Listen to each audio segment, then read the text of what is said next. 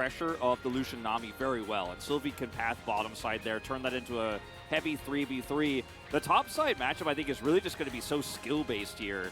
And I personally think both these drafts are very even in terms of what they could do. Obviously stronger at different parts in the game, but neither comp is all in on one side or the other, because you have the Azir with the Lucian Nami, right, and the Fiora side laning angle there too. And remember, we've seen some of the highest level teams here in the LCK, one of the teams that we've put like, okay, these are top 3 teams. And now we're going to find out what the other side looks like with all these new younger players.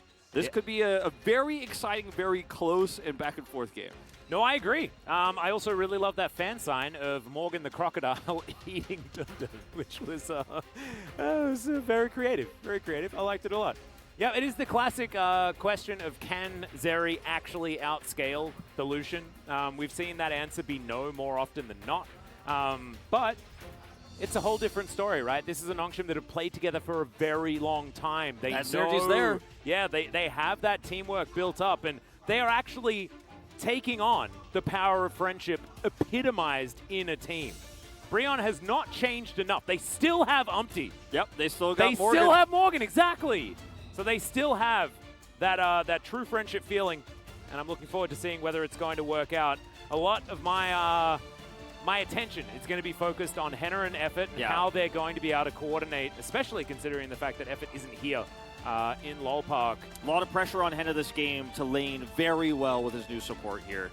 Yeah. Morgan as well, a lot of pressure on him to be able to outlane a Renekton. You called it a skill matchup. I think it absolutely is, but most of the skill is on the Fiora. Yeah. For playing out the lane as effectively as possible. See how they do as we hop onto the Rift.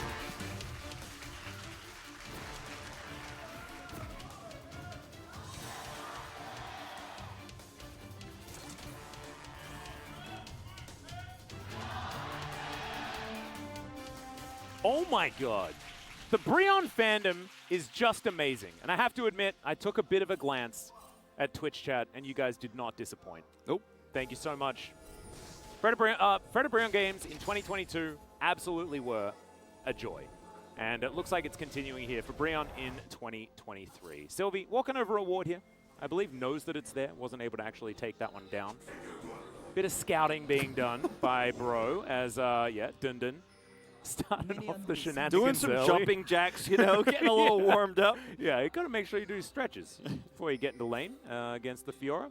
Very, very important. He's trying to warm his vitals up to be behind him in the lane towards the turret, not towards the bottom side where Vital actually is. I feel like Dundun knows. He's like, yeah, the camera's going to be on me. Oh, he certainly does. I just need to make sure that I'm spamming the emotes correctly. Just like the Lee Sin that does like push-ups with no arms. Okay, Morgan. Yeah. He's just going to walk in. Dundun's, of course, there.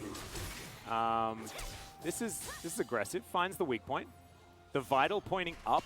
Absolutely the wrong direction. Big claps from the Bro fans. Well, this does quite significantly slow down Sylvie's path bottom side here, which does open up an opportunity for Umpty to get the jump on that bottom 2v2 when we get to the level 3 exchange that we always see right now in this meta where it's Lucian versus Zeri. Yeah. So, good start here. I like the idea when you have this Fiora at level 1, you can try to make tricky plays like this. And if Dundun doesn't react quickly too, you might actually really put the hurt on Sylvie and delay him even further. Now, Umpty looks like he wants to try to invade and steal this. I think a little bit mistimed. We'll see. Flashes for it. Oh, he flashes and he steals it away! Umpty just... I don't know what this style is that they're employing, but I love it. I'm a big fan. Now, he did have a ward there, in fact. So, you know, this is not completely blind, but really risky. If you flash that, don't get the smite, and your flash is on the wrong side of the jungle. It was very close. It was very close. Calculated. Well, I mean, Giga Chad play. I think he knew that Sylvie didn't have it, as now he's just... just walks past him menacingly and heads over towards the Raptor camp. They've got these wards set up. Yeah, just to continue ruining Sylvie's day. And of course, Umpty had an extra charge of his smite available, and so now he can challenge for this red buff as well. Yeah, Sylvie going to have to start these Krugs, so he might actually, as you say, challenge the red buff here. And the ward control, the vision that they had early, allows these plays to happen. It's very Umpty, right, to do something like this with the small delay he was given early. Like, this is a great plan here from level 1 with this comp that Fred and Breon have figured out. Yep. Not going to go full commitment here. to First deny strike Sylvie. value. Yeah. First strike value right there. Like, Sylvie's level 2, and I think he's about to get double scuttle. Yeah, and we've actually seen First Strike Maokai's get abused in a very similar way, to be perfectly honest, as Dun Dun going aggressive onto Morgan here. Nicely played. Meek going to come through there. Yeah, Meek, whatever, same thing. Yeah. Actually, it's technically not, I think. Oh, wait, no, never mind. It's a translation situation of a very famous quote where Meek doesn't necessarily mean weak. But I think it does, kind of. It's not exactly the same meaning, but yeah. I'm not the etymologist here. Stendo beam, a lot of damage onto effort there, as we can see. We'll call Webster later. So, you have any connections? Yeah, I've got him on speed. I don't. As Morgan's going to get punished, and Q. That's the cheat code. That's how you get out. Yeah. Not not meek enough to be to kill here, but Sylvie's going to get some revenge, right? Gank onto Morgan is successful, forces him to back and TP in. So TP advantage goes over to Dun Dun early here, and the lane will cost a significant amount of CS away from Morgan. We'll steal that away, and Sylvie grabs these top side Krugs. Yep, bottom lane, because of Umpty's early pressure, has just been free to continue to push here. There's no punish coming through from Sylvie whatsoever because of his pathing was super delayed. He does also end up grabbing the top scuttle here with this attempt to gank Morgan. So things definitely turning around a little bit for him, but the bottom side very comfortable with this free bash. Yeah. And Karis, of course, someone that we haven't really spoken about so far, coming through on to Bro to fill some pretty big shoes of Lava, who was definitely one of the front runners for this team. But Karis, in his own right, definitely has had some moments and was on, a team that wasn't necessarily winning all that much. And when he was on Genji as well in their challenger roster, that was when a lot of that real hype came, and then wasn't able to deliver quite as much as a lot of people, I think, expected, but still has a lot of that potential, and we'll see whether he can meet it here as Sylvie comes on over and is going to be able to secure his big Raptor. Umpty unable to collect that one, but does once again. First strike value. 12 gold? And with the blasting wand, he's doing so much chip damage. Oh yeah, look at Sylvie, man. He's sitting at like 95%. He can barely jungle now. Umpty is going to attempt, of course, to seal that one away. A little bit of an early smite, but actually now kind of setting up for an early Drake take once Henna clears this wave. But I think a lot of this is really just based around Fiesta in these early levels not being able to threaten Karis in any way. The prio that Azir has pre-Akali ult. So they're going to make this happen. And Vital and Peter, unfortunately, just going to have to catch the wave. And the lead that Umpty had in the jungle, it's still significant, don't get me wrong. But I think Sylvie handled what was a pretty rough situation very well. Forcing Morgan to back early, taking away some of the power of the Fiora. And finds himself, again, significantly behind, but it could have been a lot worse. It definitely could have. He's salvaging it relatively effectively. The problem is that it's First Strike Maokai that has been able to actually have a pretty aggressive start to the game. As Henna dashes forward and takes 1 billion damage. Great Aqua Prison there from Effort. Try and hold on to this wave, but Exhaust and Heal both invested on the side of Bro, and Peter only needing to utilize the heal.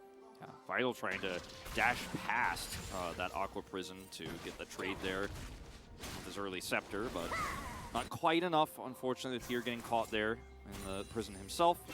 And Henna's just trying to use this passive as much as possible, zone them out of some CS here. One more arrangement he wants to deny the cannon, and he will. Just these small micro moves here to get as much of an edge as possible, while Umpty lurks. Level 6 just reached. Yeah. Dive opportunity now presenting itself as Summoner spells available outside of the heal. So a fair bit of mitigation available here, but level 6 is hit by Umpty, gets the flash out of Vital immediately, and now he can come on forward. Peter down to 100 health, Effort looking to try and set it up for Henna, piercing light, and that will do it. They'll get a plate to add on to boot, and Bro off to a great start. Really great start, and they juggled the aggro on the turret very well. And Vital kind of had wind of this, right? He was like, I think something is wrong. He goes over to Ward, and that's the moment when Umpty strikes, right? And yeah, just not a ton of information, not a ton of vision. 3 control wards now across the river for Frederick Brion here to set up this gank play. Sylvie on the other side of the map is going to be able to get this Herald here uncontested, so there is a cross-map play. And with Dundun having some control over this lane, they might be able to grab some extra gold for this for Renekton. Obviously would like to have it on this Akali, if possible, mid. But still, keeping this Zeri down early, grabbing an early kill for Henna, plate money. Reddit Breon using the Lucian Nami very well, because we've mostly seen this across the LCK as the Zeris are struggling in lane, but this is getting extra value than average. Just Umpty just waits, okay, Vital flashes, I turn my, attention to Peter, and Effort juggles the aggro one more time so that Henna can make sure he gets the kill. Yeah, really nicely done. I like that Henna also didn't walk forward to get the auto attack. Instead, Piercing Light to behind the turret there in order to make sure that he was able to walk out even without Relentless Pursuit available. Cute little micro adjustments there, but it's not really saving the issues that are present here for Breon. With that Herald going down, like you say, the solo lanes could certainly start accelerating here for Nongshim. And Dundun is a big problem. And if they really start to put Morgan super far behind, the Fiora does basically nothing. Right? Yeah. She sort of relies on being able to win 1v1s. There's a lot of weird matchups where Fiora could just say, well, I beat you even if I'm behind. But against a Renekton that's ahead and a Fiora that's shut down and loses her turret, you just get dove repeatedly with a Vi. You know, yeah, you can riposte, but you can't riposte to everything. There's a cooldown on that. There's a limit to what you could do. And then you could really just find yourself being a paperweight in the game for sure.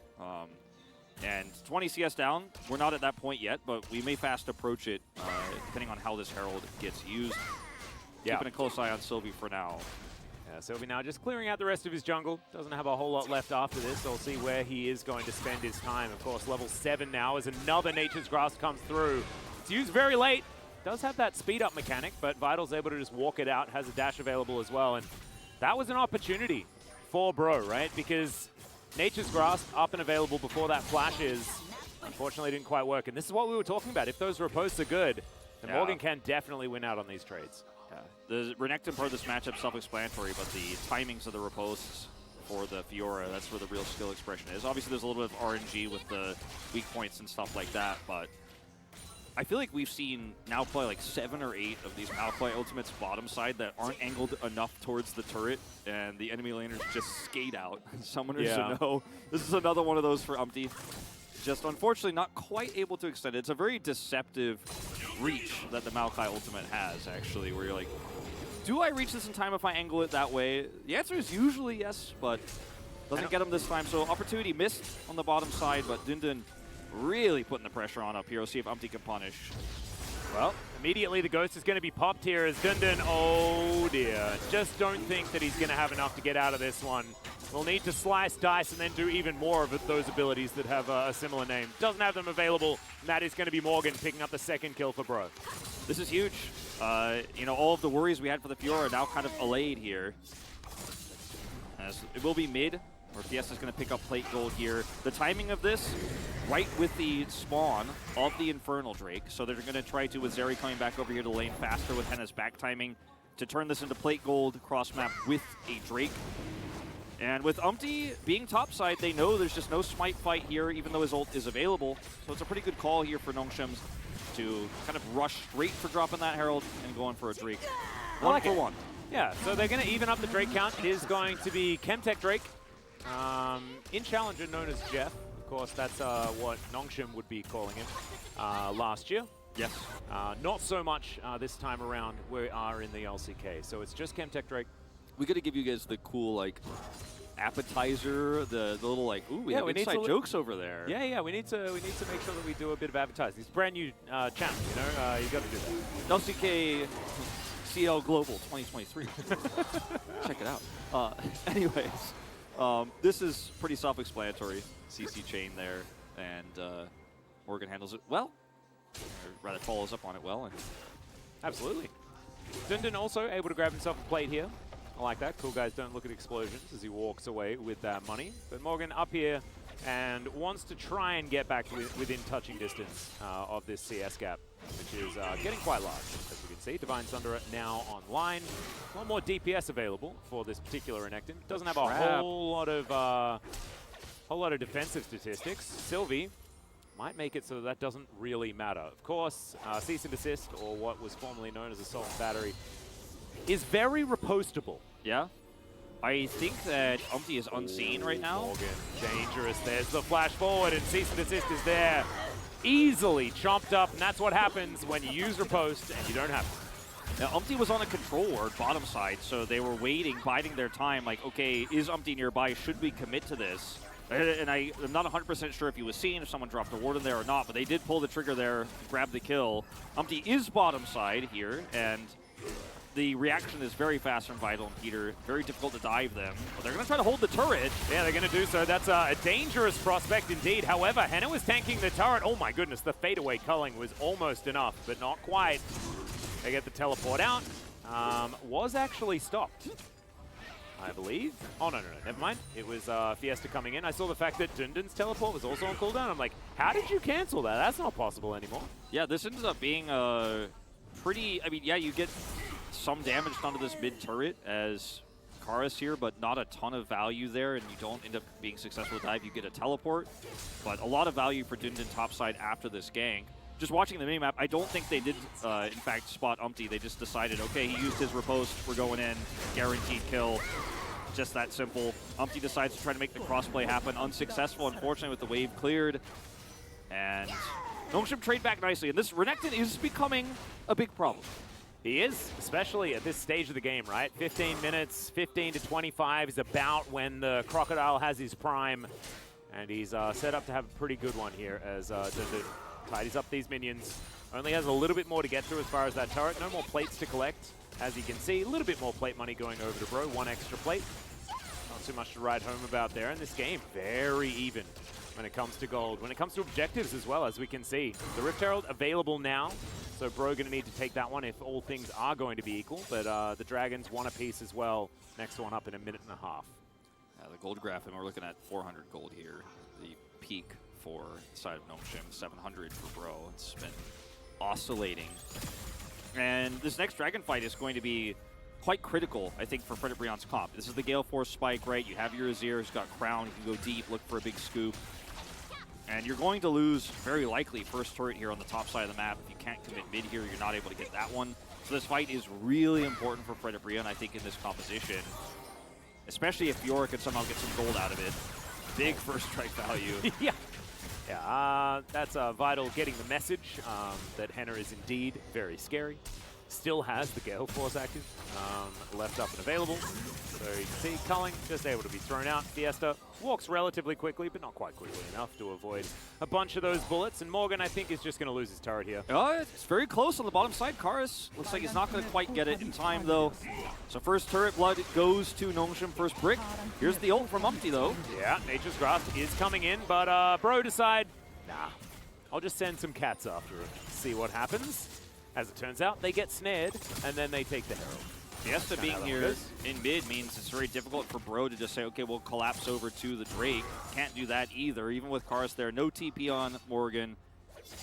And Fiesta basically in range to assassinate Henna if they did decide to try to rotate over there and look for it. So Nongshim now in position to use this Herald to actually set up for the second Drake for them. The third Drake of the game, of course. Yeah.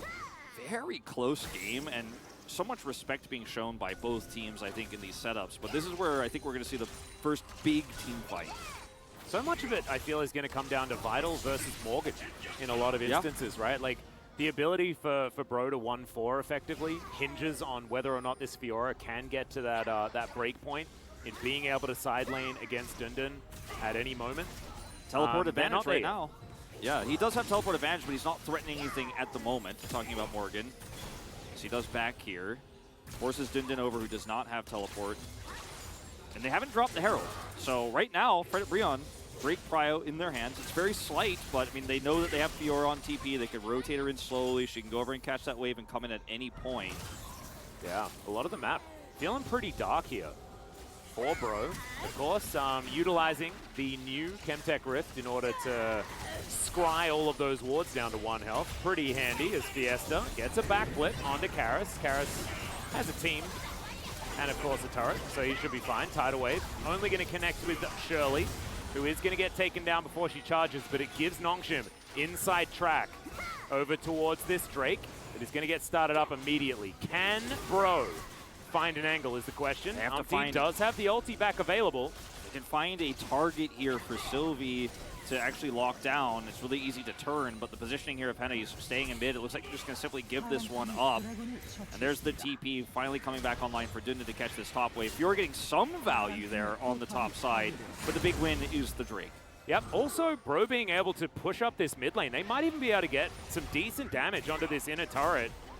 So trying to split, trying to trade that Chemtech Drake, as they'll use the Nature's Grasp to guarantee the turret. I really like this. Karis is going to push back the Crocodile as well. See whether they can make a handbag of him. Not able to right here as Sylvie dives forward, flashes over the wall. Karis so extraordinarily low as Henna dashes on him, but Peter almost just barely able to survive. Oh, the perfect execution into the backline from Fiesta as Morgan is trying to dash his way out. And Nongshim come alive. Oh, Nongshim certainly do. Fiesta picking up 3 in this fight. And this is suddenly a big breaking point here for Nongshim because now you've got Nikali who's fed. The Fiora doesn't get the top turret, doesn't get any side lane value, doesn't do really anything for you in this fight. Nongshim also grabs Dragon.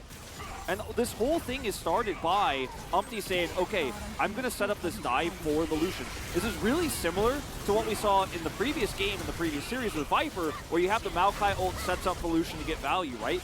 But it's Karis who sets this up, gets really vulnerable. There's no follow-up damage here. Henna goes extremely deep here without getting the kill. And it's just Fiesta's playground now. Yeah. And he's making this Akali pick look genius as well, being able to get there in the nick of time. He was actually in top lane with Morgan at the start of that. Rotated earlier, of course, got the inside track through the jungle. Beautifully done by the Nongshim mid laner. So punishing this draft for Nongshim, and it's exactly how they used it there. Tiamat being done here for Morgan now allows him to push very quickly, but it doesn't matter the speed at which you can push unless you're there alone, right? Because you're not going to win out that trade against the Renekton. If you don't know where the Vi is, you can't be threatening any turrets. That top turret's still alive right now. Yeah. And this is just Fiora struggling to get value in this mid game. Now, that can change if she can get some extra gold or if she's given some extra space here for BRO. But it's such a big turnaround now because this Fed Akali is a new threat. We were talking about how it could be a problem later. It was very similar to Zeka in the last series where it's like, okay, yeah, 0-0 Akali, we'll wait and see. And then suddenly it happens. Suddenly he picks up a triple kill, and now this is a huge threat. 6 stacks of Dark Seal, a stopwatch picked up here, Shadow Flame on the way. It's gnarly. Yeah, he could also be going for a Rabidance and just do like the, I'm going to build full damage. I'll get enough money to finish Void stuff pretty soon as well. So I'm just going to maximize it. Umpty stacking up some kitties. In this brush as Dundun may walk forward and check. We shall see.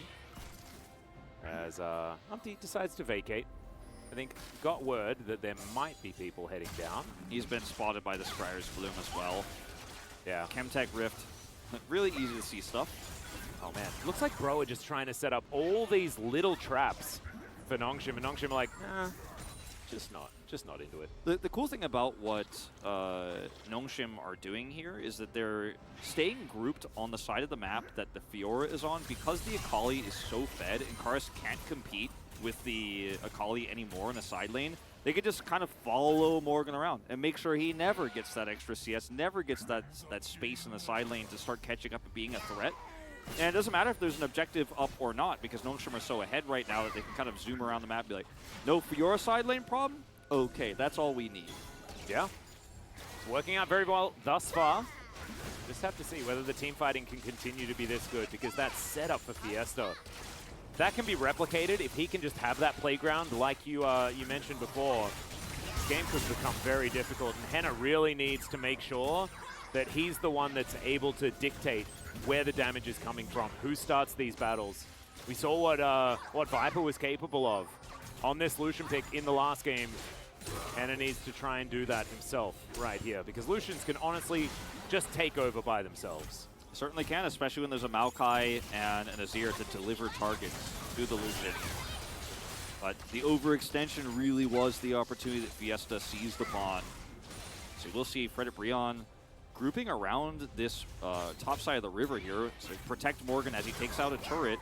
The problem is you're going to lose control of Drake without a TP. Dindin can match TP of Morgan and deny his TP as well very easily here. Yeah. So you get a top turret, but this is going to be Chemtech Soul Point. Or it's just going to be Or, Baron yeah. for Chemtech Soul Point, which I guess is a trade you're probably all right with. I believe Vision not available. Done. The cat is going to come out. Is now Bro back away from that Baron pit. I actually thought they could have been able to force it there, but instead they're going to lose this bottom outer turret, and they'll probably lose the dragon as well. Yeah, they at least were able to help Morgan grab that topside turret. It's a trade of turrets, so it's, Yeah, you don't feel good, but like if Nongshim are late to respond and they get the turret and the Baron, you feel amazing. In this They case, also get down towards the Drake too to deny that. So you at least are able to, as Fred and Brion, go, okay, yeah, we are able to trade a turret and get Fiora some money, any money, please, and prevent Nongshim from getting Prio on this Drake for free. So good idea here. Kind of T1-esque, actually, really, what we saw from Bro just there. Yep, I like it. Although Henna now in a whole lot of trouble. He is going to get taken extraordinarily low. He flashes, kept alive just barely. I swear I saw him die. Yeah. But instead the heal Evans just like healed brought him just back enough. to life. Yeah. Oh my goodness, the revival heal. Well, he may be alive, but Fred and Brion, or rather formerly Fred and Brion, Brion, are not going to be taking this Drake. He is essentially dead and will not be here to contest, unfortunately, despite efforts. Yeah. Wow, I really walked into that one, didn't I? So, Chemtech, Soul Point, now online here, and going to make a Zeri below 50% health do a lot more damage. Very much a problem. Very much. As, yeah, Henna here, he gets ulted, Dindin comes through, Tidal Wave buys time, he dashes, goes down to like 0, gets healed here. Like, what? It was absurdly close. But still, like you were saying, the damage still done here by Nongshim. Able to grab that second Chemtech Drake for themselves. This Fiesta gets Brambly Smash and doesn't really mind. This game, I feel like, it does feel like a challenger's game in a lot of ways, and Nongshim have really nice lead. The Fiora has been mostly neutered this game, but look at the gold lead, and it's only 1,000 really here. About 900 for Nongshim. They do have the control over Drakes, right? But the biggest problem here that is kind of, if you haven't been watching LCK for a while, because it's been a while since we've had this, Zeri is fastly approaching 3 items, and Nongshim, if they get into a bad spot on a Drake fight because they have Soul Point, they can walk away, say, you know, we don't have to fight this right now. And if they can keep dealing with this Fiora, which they will not do, at least at this very moment in time as I say it, then I think they could try to control the pace of the game with that Zeri scaling. Yeah. It's still anyone's game to take, man. I feel like one wrong team fight and this one turns back on its head. It's absolutely right. And Dindin's also gone for the Prowler's Claw build as well. Not going to be as great into the Morgan matchup, but works for assassinating Henna. Yeah. So anytime... Or Karis. Yeah, or Karis. Or anytime anyone plays overly aggressively, the Crocodile launches out of the river. And that is a thing that happens. Crocodiles do that. They have a lot of burst movement speed. So Prowler's Claw on a Renekton in theme. And we'll see whether Dundon's going to be able to use it effectively, because it does take away from his split pushing power. It does show that that's not what they're trying to do. They're not trying to get a Crocodile that can match the Fiora, which is good, because he never really does, right? Just based on the champions. Right now, doing okay. Does have, you know, a bit of an advantage as far as the farm was concerned, but actually that has turned around completely. The cool thing about this for Nongshim is, yeah, Dindon is sad face here. He's like, I can't win the 1v1, but if he has help from Sylvie, who can play around Dindon here in the side lane, it becomes very difficult for Morgan to get permanent damage. And Fiesta doesn't need help in a 1v1 here against this Azir, and because of Akali's kit, even if Umpty comes over, he can get out of a lot of scenarios 1v2. He's very slippery, very fed, has a stopwatch, etc., etc. He did go for the Shadow Flame here second. So Sylvie could basically keep his focus on helping Dindon keep this Fiora off the inner turrets. No, I like it a lot. Actually very interested in how this next fight is going to go, because I feel like the preparation for these engagements is done really well on both sides. It's just about the execution and how it's all going to come together that it's really going to come down to.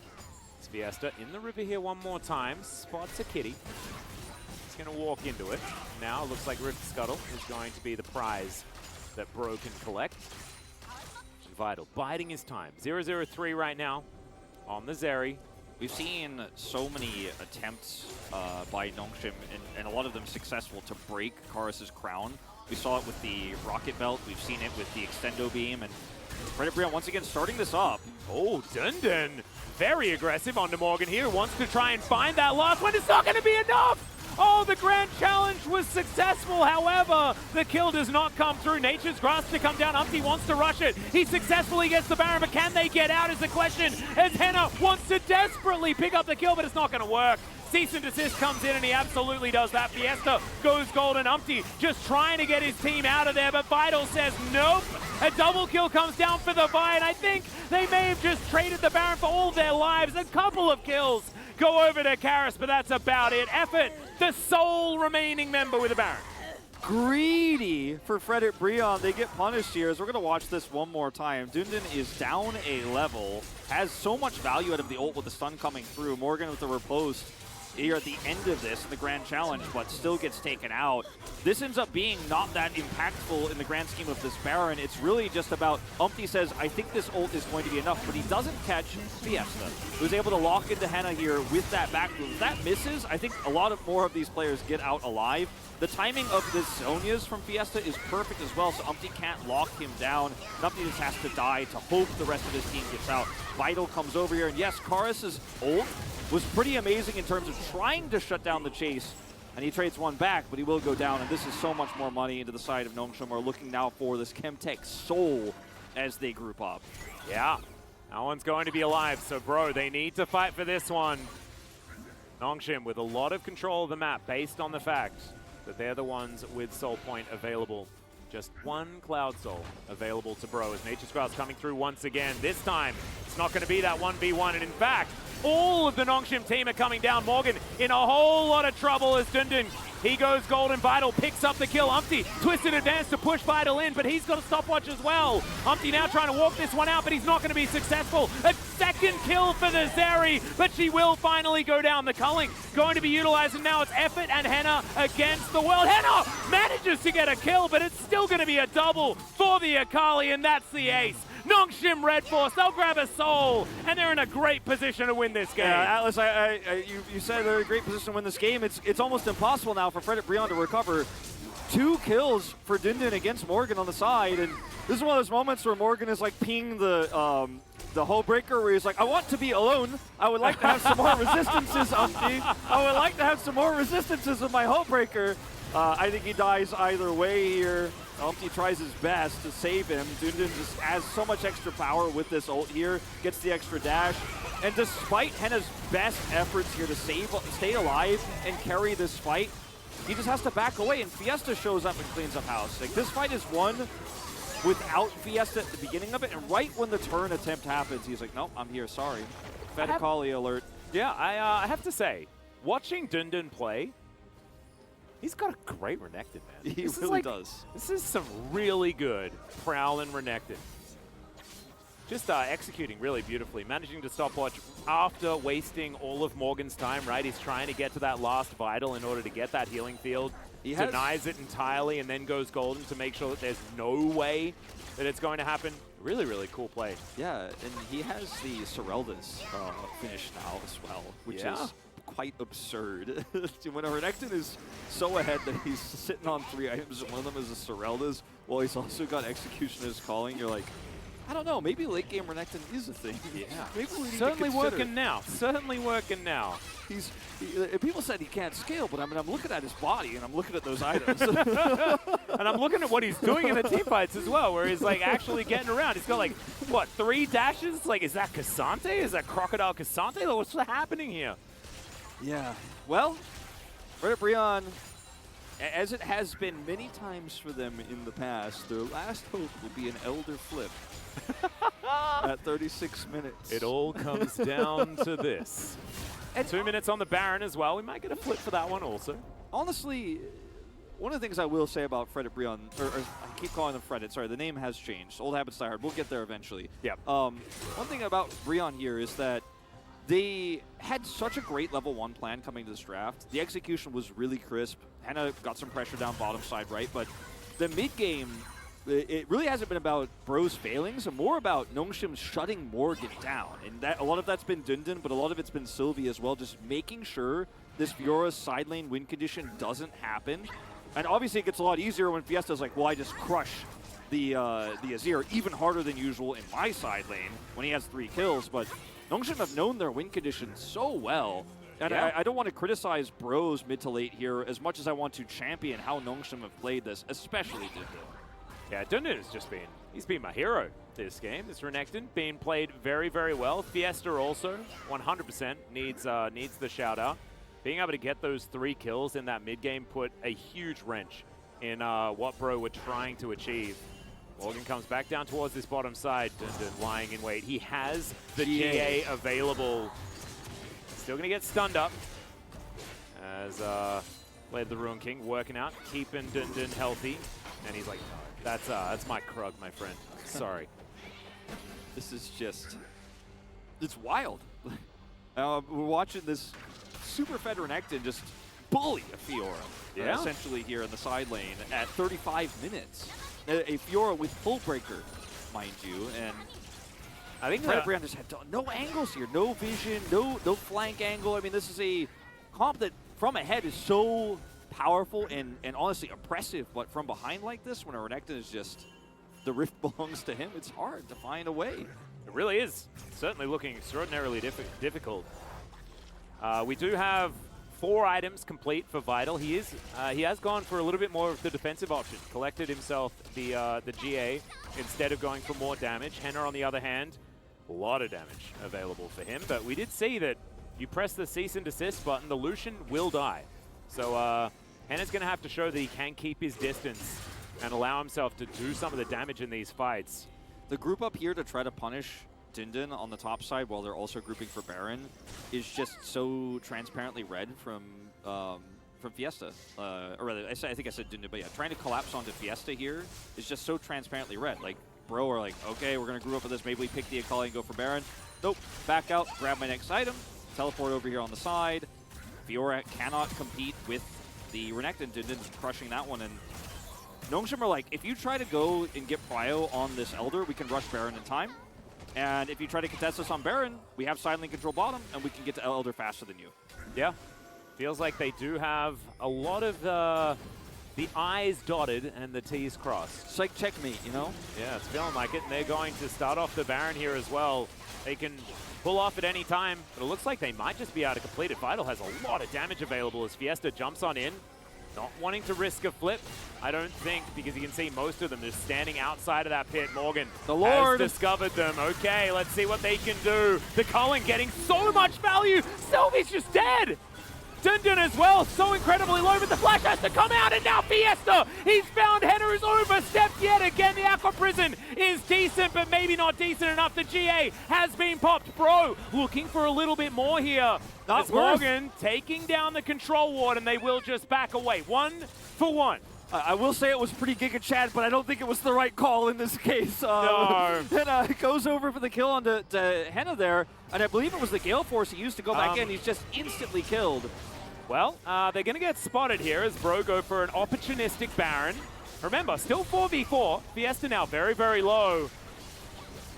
Vital also, half health, has the GA. No smite. So should be all right. And yeah, with no smite, the Baron just goes over to Bro. That's their second Baron. Can they actually win the game, though, is the question. Because Elder's up in 4 seconds. Yeah, I think Nongshim kind of dropped the ball in terms of denying this Baron because they were so focused on getting the setup here on this Elder, which is the more important objective. But, I mean, Vital is he's here alone. Got to be careful. Got to stay back. This is a strong Bro lineup. Well, Umpty is going to push Fiesta back. That is a huge blast cone, thanks to the Chemtech Rift. And it looks like we are going to be able to set up the battle lines. The Elder flip for Bro. 38-minute win condition. Here we go. Oh, my goodness. Where have we seen this before, Wolf? Oh, Peter. Those cats, they hurt. They definitely do.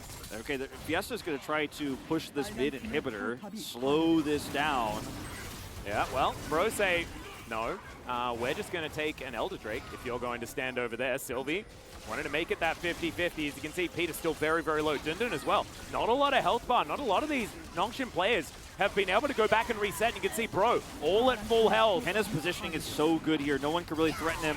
Well, in goes Sylvie. Cease and desist going to be used. Great tidal wave going to be there, but Sylvie uses his stopwatch to get out of the way. A backflip does come through. Karis is going to push away the Akali perfectly. But still, going to be able to get out of there in Nongshim. Oh, the reset of the Elder. That is not what you want to see. Henna down to 0 health. And Morgan might just win the game. Oh, no, another Elder for Nexus trade. And Dundun is just a handbag on the fountain. He can't do anything about it. And it's also going to be Vital falling. It's a disaster entirely for this Nongshim roster as Morgan looks at his hands and wants to know what they're capable of. And it looks like killing a Nexus is one of them. Well, you know, Morgan got bullied by a Renekton in the side lane all game long. The Fiora was put down. Sylvie was marking him. He could do very little until his best friend, the Elder Drake, spawns and